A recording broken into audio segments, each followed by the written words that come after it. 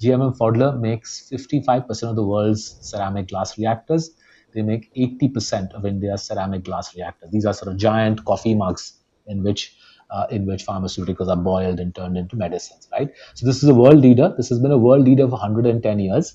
5 years ago, when we first bought the company, it was just the India leader. They were owned by a German company. So we looked up the financials. We could see that the Indian company was making more money than the German company. So we suggested to the owner he might want to buy the German company. So we made the suggestion in 2019. 2020, COVID came along, and at the height of COVID, the Indian company acquired the German company, and thus, from being a subsidiary of a German world leader, the Indian company itself has become a world leader. And this is quite a big deal. Pharmaceutical glass reactors are critical for the well-being of a pharma plant.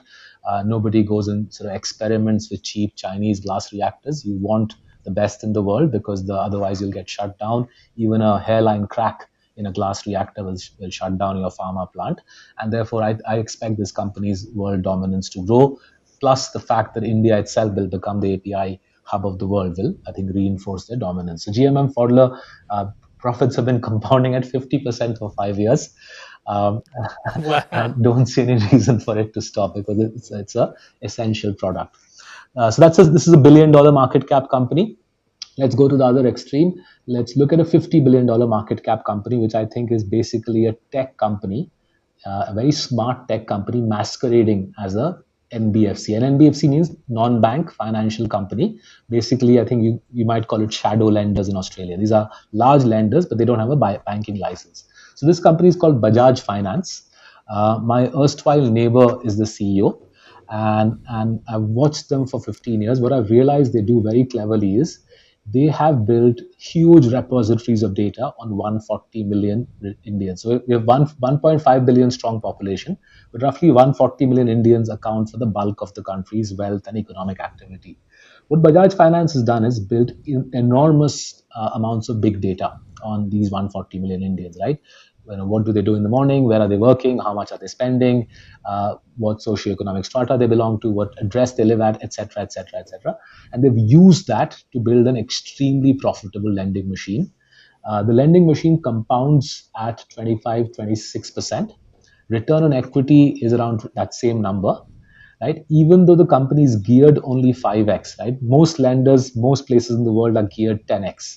Debt equity will be 10x. Bajaj Finance operates at half the gearing and yet has twice the return on equity than any other large lender anywhere in the world. Whether you look at JP Morgan's numbers or you come to India and look at, say, State Bank of India's numbers, you'll see Bajaj Finance is inordinately profitable. And the secret is mining big data very expeditiously. Now, to do this, they hire the most number of electrical engineers and computer scientists in India every year. They are the largest Salesforce deployment in the world. This is the only company in the world that Salesforce has a dedicated server dedicated for. Salesforce calls it Bajaj Sky. Wow. 140 million Indians, every aspect of their life monitored on that Salesforce server. And this is used to do high velocity lending. So, say for dentists, doctors, self-employed professionals, even people like me. If I walk into, say, an Apple store here, even before I've told Apple I want a loan on the iPhone, Bajaj's systems would detect that Saurabh has come to the store, that Saurabh is a high quality borrower, and by the time I have expressed interest in the phone, their systems would offer me an interest-free loan on that iPhone. So they've turned this into an app called the Bajaj 123 app. So say, Bryce, if you come to India again, if you open the app, say on Saturday morning at 11:30, the app will know exactly what you want to see on Saturday morning at 11:30. They will have studied your behavior, and say Saturday morning 11:30, they'll show you a cruiser bike. Their technology would have told them that roughly 1 million of our 140 million users will want a cruiser bike. They would have gone to the cruiser bike company, negotiated a bulk purchase rate, and given Bryce the best possible price on the cruiser bike available in the Indian market with 0% financing, right? And this combination of basically bringing an Amazon type construct, but also a big data construct that, say, a Google might have, you're bringing Google's analytical strength with Amazon's retail capabilities all into one app, I think is going to be very, very powerful in this country. Remember, we just discussed how tech savvy India has become. Wow, that's Afterpay on another level. Yeah, I mean, That's pretty incredible. Like you often think about companies, like the Chinese tech story was a lot of Chinese tech companies just mirroring what American tech companies had already done. But what you've just explained there is not something that I'd ever really heard of before. Yeah, is Yeah. this tech something that they're like? Are other nationals looking at this? I think we're hearing that other countries want to implement UPI. I think UPI is a game changer. It's amazing. Now, the reason UPI is hard for other countries to implement is, I explained, right? You have to operate on a sort of national scale to get every single citizen Mm, to have a unique ID, then map that unique ID to their bank accounts, and then map the bank account onto the phone. Right? It's a triangulation of three yeah. very critical things. Other countries want to do it, but it's taken India 10 years. And you can imagine, right? There is a pretty punchy discourse here around civil liberties, information sharing, and so on and so forth.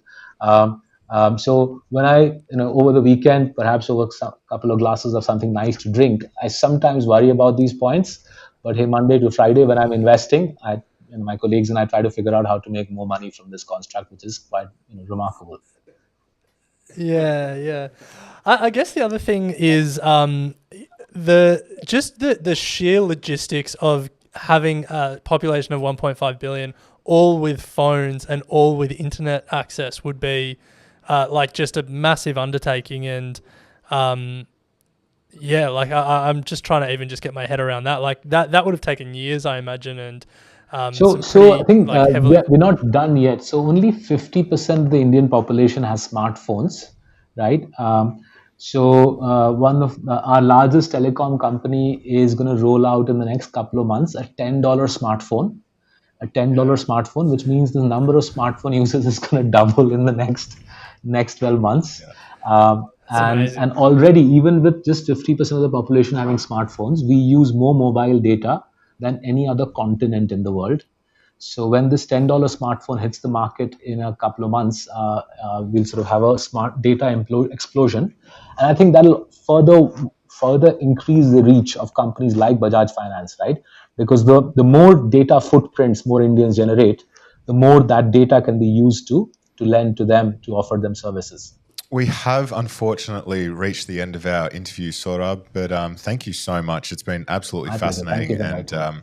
I'm already looking forward to having you on again because there's a lot to unpack when it comes to India. And every time we do speak to experts, we I guess we improve our understanding, but are also introduced to many opportunities that we just don't come across in our regular sort of reading of investing material. So thank you My so pleasure. much for your time. Before we do go, though, every year we hold the Equity Mates awards, and one of the awards is the Expert of the Year, and it's a chance for our community to just vote on who they feel is one expert that has come on the show and has really contributed to their investing journey. And by nature of being on this episode, you are automatically entered into the Oh, thank you. award.